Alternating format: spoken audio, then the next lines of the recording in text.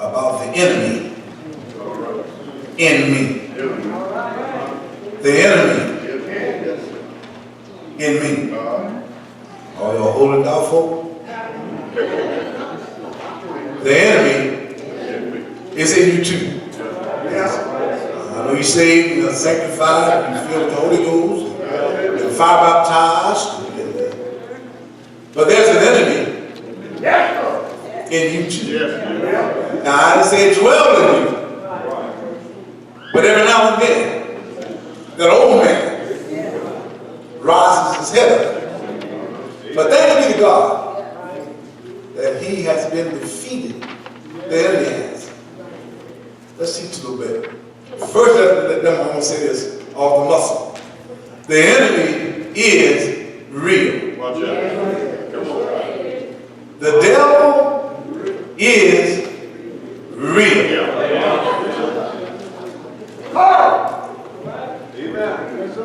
But if you look at the history of mankind, and it shows us that we can always tell who the enemy is just by looking at it.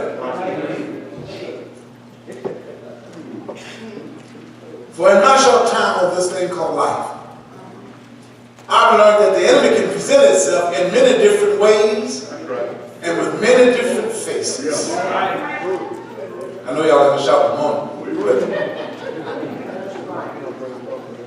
it uses different people and things to accomplish the intent or the purpose that it sets out to achieve. The enemy has no respect to persons. Mama, daddy, sister, brother, uncle, cousin, it don't care who uses it. And it might not be so bad if you didn't know who it is that the enemy is using against you. But when it's come to you being your so-called friends, sometimes even your own loved ones, it seems to intensify the hurt of when it's done in our lives. And there are a few things I want us to be mindful of concerning the enemy. The first thing is, we should know, like I just said, who the real enemy is. It would be good if we could just tell them by looking at it. But because of so many different forms and different faces, it's virtually impossible to look at the devil and tell who it is sometimes. And this is why it's so important that you must be born again. You need to be saved. That we might be able to be made aware of the tactics that the devil uses. Now, the key to knowing and recognizing him is to know his history. How many history buffs in here? I love history. But the key to knowing who the devil is, the enemy, is we must first know and how to recognize his history. And how to do that? His history is found in the Word of God. Right? The reason that he's deceiving so many people is because they don't know the history. Y'all text somebody. Y'all texting me doing. The history's in the text. This text. This is the text, right? The history is in the text. Right? How many know the text? Y'all know how to text, I know. But how many know the text? Come on, brother. Yes, sir. This is how he uses them to accomplish these tasks that he sets out to do. His job is to rob, steal, and destroy. And in order to know the tactics of Satan and not be a part of them, you must be born again. Okay? Now, if you would study the Word of God, it would teach us what tactics Satan uses. His tactics. They're found in the Bible. In the beginning of the Word, matter of fact, In the beginning, the book of Genesis, in life, when man and woman come about, if you study the book of Genesis, you'll discover that the enemy is able to come in different forms. You learn it in the very first text, first part of the text. Right? It was in the form of a serpent that the enemy came and persuaded Eve, who persuaded Adam to eat of the fruit and to go against the will of God while they were down in the garden. Now, because of this, the sentence of death is placed upon all mankind because of the enemy who is Satan. Another thing we should be mindful of is this. The enemy is the great deceiver.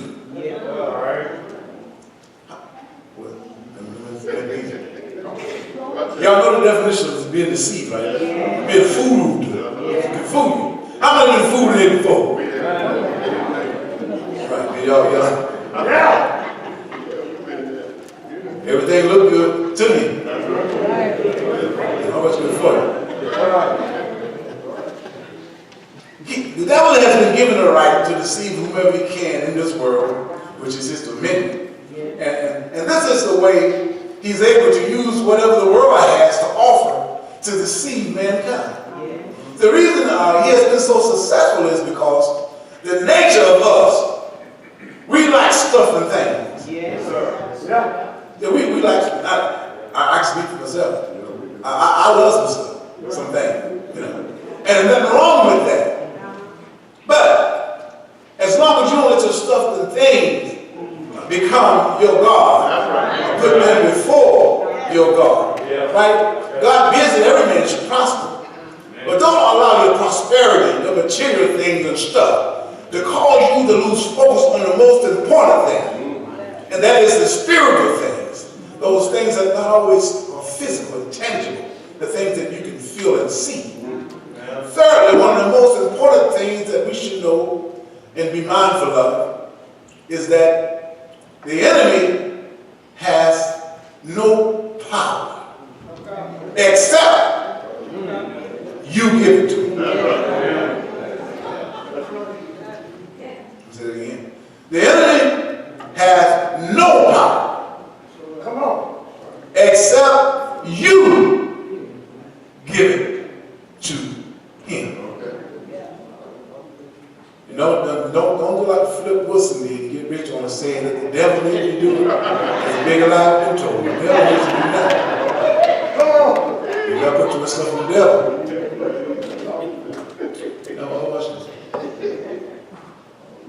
This is why it's so important that you got to be born again. There are some situations that the enemy presents in our lives sometimes that will seem to be more than we can bear. And because of that, those who are not saved, sometimes fall into the situation. I want you to know that if you haven't been born again, you don't have anything to ward off the fiery dots and the pitfalls and the snares that the enemy places in our lives. We need to understand that at some point in life, that if we were able to make our lives problem-free and burden-free, guess what?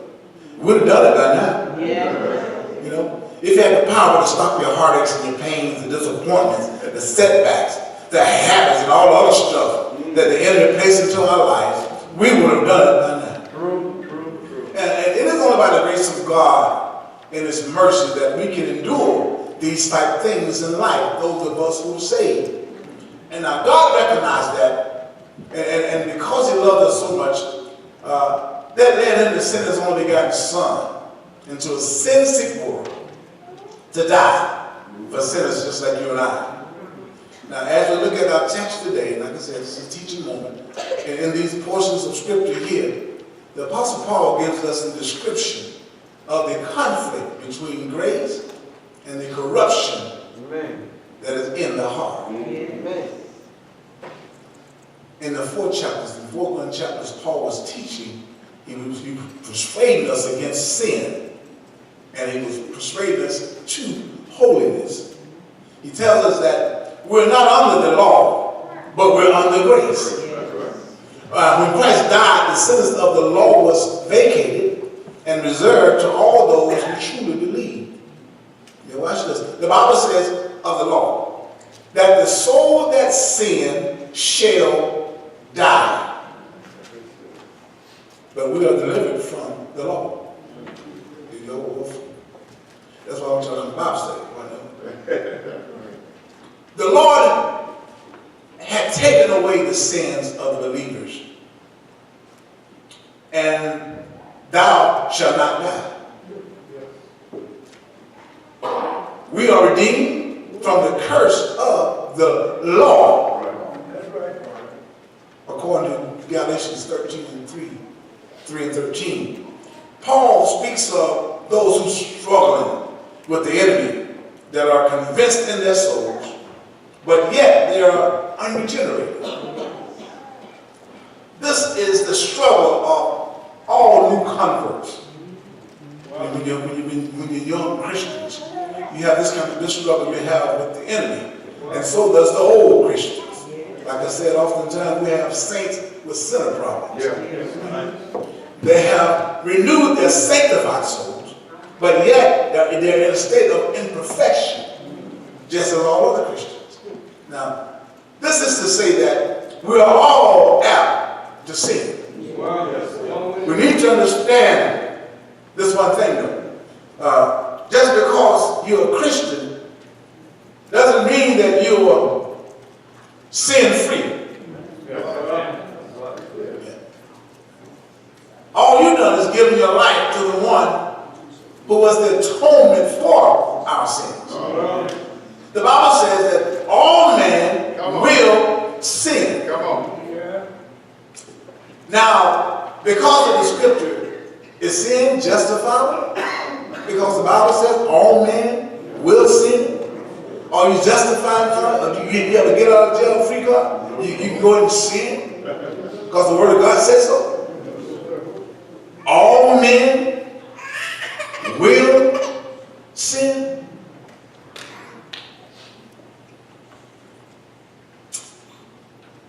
Let's see. Y'all thinking all right? Sin is not justified. We are accounted and accountable for every sin that we commit in our lives. This is why when we that are born again get to heaven, we're going to receive measures of grace. When we get to heaven, everybody's measure won't be the same. Everybody's not going to have the same amount of stars in their crown. And it's all because of our sin. Christians doesn't desire justification for our sins. We desire not to sin. You're right. For Christ lives in those who are his children. And if he lives in you, sin might enter into our presence, but the sin won't dwell in us, because sin in Christ cannot dwell in the same place.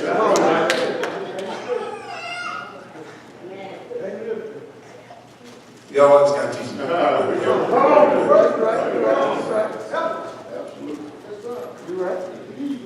The enemy might come up against me, but I'm not worried. For my text said, I've been texting. My text says, greater is he that's in me. Y'all read the text. Than he. It's in the word. These newcomers here in the book of Romans, they were struggling with the enemy because of the law.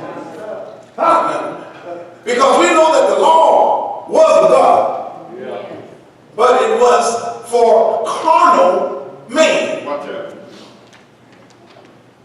Paul writes in the 6th chapter, 14th verse of Romans, he says, sin shall not have dominion, because you are not under the law, but you're under grace. Which shows that a man under law and not under grace may be and is under the dominion of sin. The law may discover sin and convinced of sin, witness the predominancy of sin, and many are under strong, very strong legal convictions, because they say they're saved, they know they're saved, but yet and still they find themselves sinning. Come on. Don't let Satan trick you. Because you sin doesn't mean you're not saved. That's right. Now don't go out there tell nobody, Pastor, that I can sin because I'm saved. That's why I'm teaching this morning. Some folks get twisted, they're going to tell a lie of the pastor. Pastor said, I'm saved, I can sin. No, I didn't say that. I said, you saved and you will sin. But guess what, man? If it don't cost you something then, it's going to cost you something later. So, read the text. Read the text. Sin, the law, it discovers the defilement of sin. But it won't wash sin away. Doesn't mean that it can't forgive us of our sins. The law can't. But what the law couldn't do, Christ did. When he hung out on Calvary and died for the sins of the world. But let's get this one straight. Christ's dying on the cross did not do away with the enemy. It just served him notice that his time ain't long. He ain't got long. And know that. And because of his limitation, because his time ain't long, Satan is running rapid in the world. And not only in the world, in the church. Come on. Trying to deceive and destroy whomever he can before the coming back of our Lord and Savior. Here in the text, Paul in verse 14, in chapter 14, verse 14, chapter 7, tells us, for we know that the law is spiritual, but I am carnal, sold under sin. He speaks to them as if he was talking to the church in Corinth. If you read the third chapter, the first verse, he reminds them that even where there is spiritual life, there are reminders of carnal affections. And so far a man may be sold under sin. He does not sell himself to work wickedness. Like King, your Old Testament readers, like King Ahab did in the 1 Kings 21-25, something on there. But we were sold by Adam when he sinned and failed. So, as a poor slave that does his master's will against his own will. So, under sin because he was conceived in iniquity. He was born in sin. And because of that, because of this flesh, guess what, folks? We struggle. Y'all might admit it, y'all struggle too. We struggle. We put on good faces around Christian folk, church folk. But all of us, a lot of y'all struggling just like me.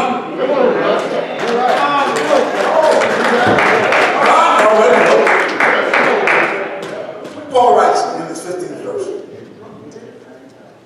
for that which I do, I allow not. But what I hate, that I do. And in the 19th verse to the 21st verse, he says, when I would do good. We come down somebody's room now. When I would do good, evil is always present with me. And notice he didn't say in me right here. Can I teach us like one? He didn't say in me. He said with me. With me. With me. So, saints, when we find ourselves, our commonness sometimes arises because of the situation we want to. Although you're holy, guess who's standing beside you?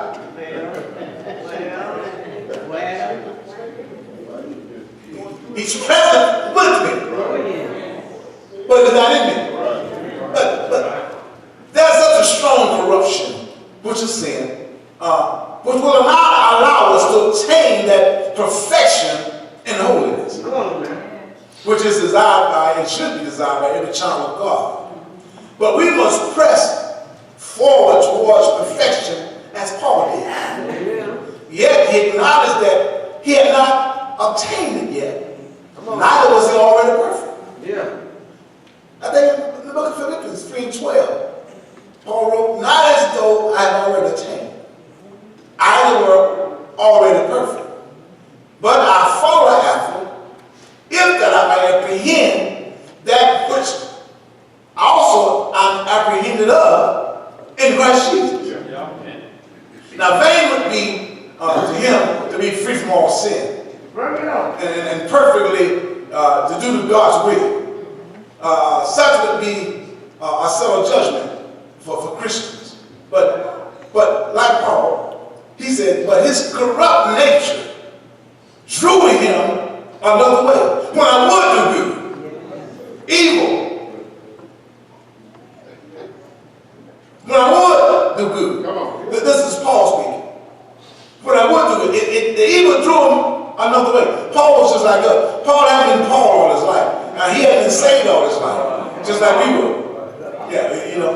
And he said, the thing that I should do, I do not. But the things that I should not do, those things I find myself doing. But then it goes on to say, not I, but the sin that dwelleth in me. He says, when I would do good, he was always present with me. So Paul goes on to point out that there are two laws that we have. One is the law of God, and the other is the law of the flesh. That's why I got it so messed up. This flesh part. When Paul says in verse 22, he said, I delight in the law of God after the inward man. He's speaking of the Holy Spirit that lives in the heart of all of those who've been born again. But Jesus said, let this mind be in you. That was in Christ Jesus. Now, this is the mind of the Spirit of God in which the saved delights in. But notice in verse 23, Paul says, but I see another law in my members, his flesh, warring against the law of my mind. It'd be good if we just keep our mind stayed on Jesus all the time. We can come to the Bible study. We can leave the service today. All the word in your heart, mind on Jesus. Somebody will pull out in front of you right quick. Everything you heard me say this morning will leave you for a minute. You gonna say God Almighty. You might say something. Y'all keep it real. Y'all ain't nothing. That's why God told me to teach this. You ain't here gonna just have to have it. God wants you to hear this. That other law is the law of the flesh, the carnal man. It's because of the law of the flesh that sometimes the old flesh desires to have flesh.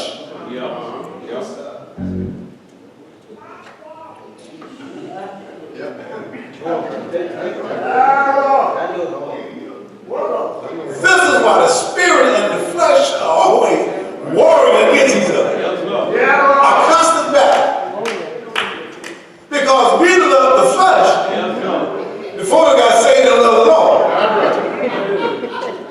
Oh yeah, you forgot about the flesh. But you ain't forgot how the flesh felt. You like it. Well, I'm gonna move on.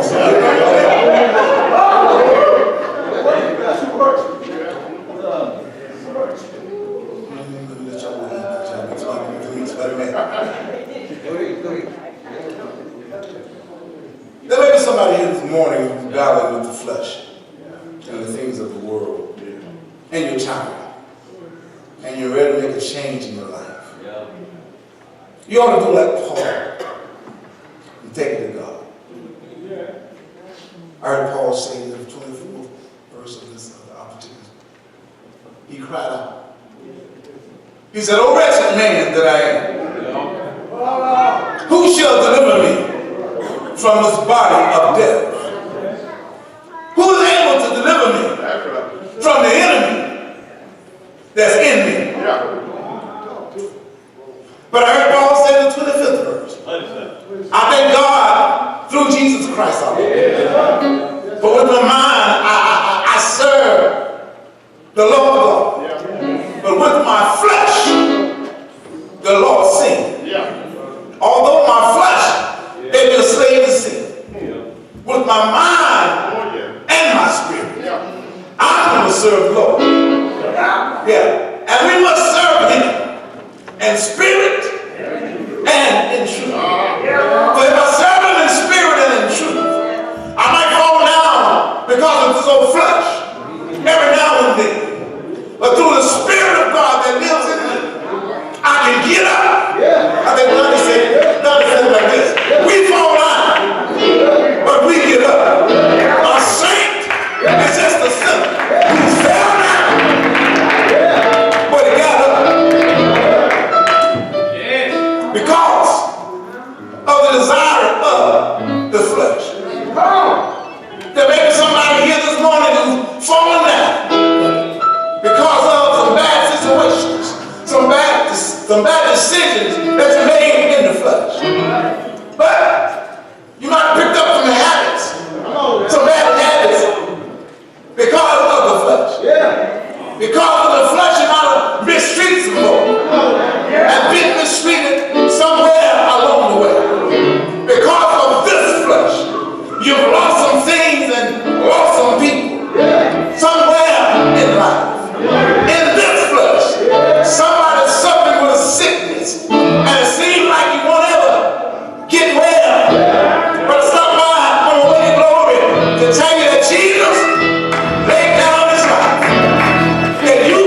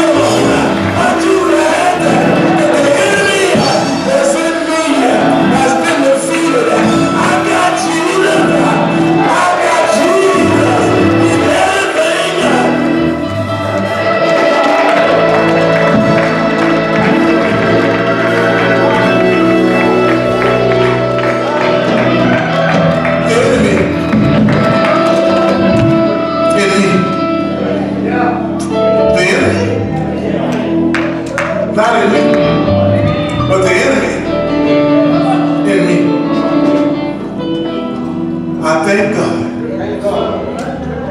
that He allowed me to get a place in life that the enemy in me cannot hinder me anymore. He can knock me down, but he can't keep me down. He can allow me, but he can't prove me to be alive. He can talk about me, still alive tonight. But every time he talks about me, the more go down on my knee. And the enemy that's in me has to leave. Somebody needs to hear this beside me. There's an enemy in me. What have you done?